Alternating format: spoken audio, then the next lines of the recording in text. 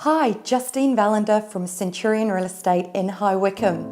I just thought I'd do a video today because I get asked on a weekly basis by various investors on some of the tough decisions they have to make. Do they rent their property? Do they sell?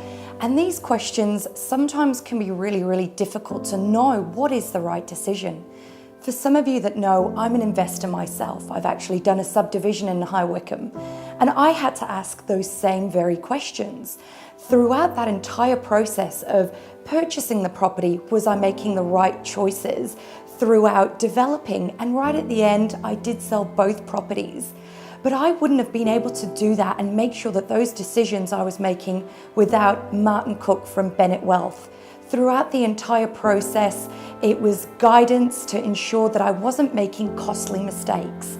So I thought I would share some tips and tricks with Martin Cook today, just so that you understand as well where that engaging with a financial advisor can really help.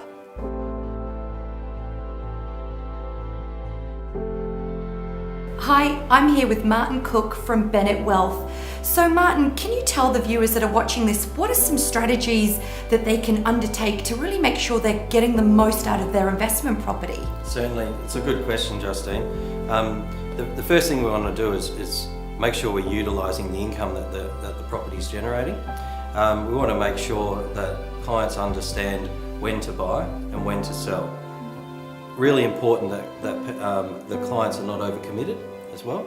And then once you've got that property and you're renting it out, a good property manager can take away the headaches that are often associated to that investment.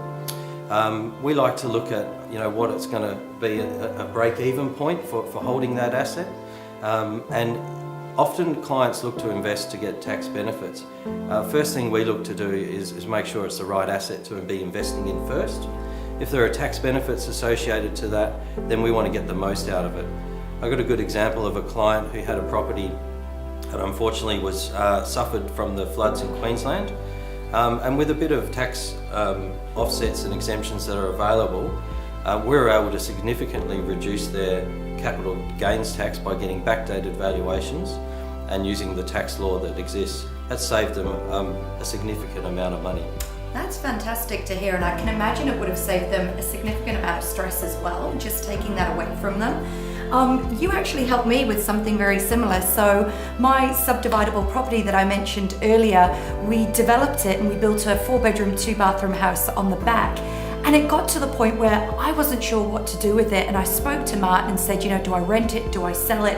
And he talked me through and explained that really I need to rent it for 12 months because I'll halve my capital gains, which I just didn't realise. So that saved us thousands of dollars. Thank you. Yeah, you're welcome.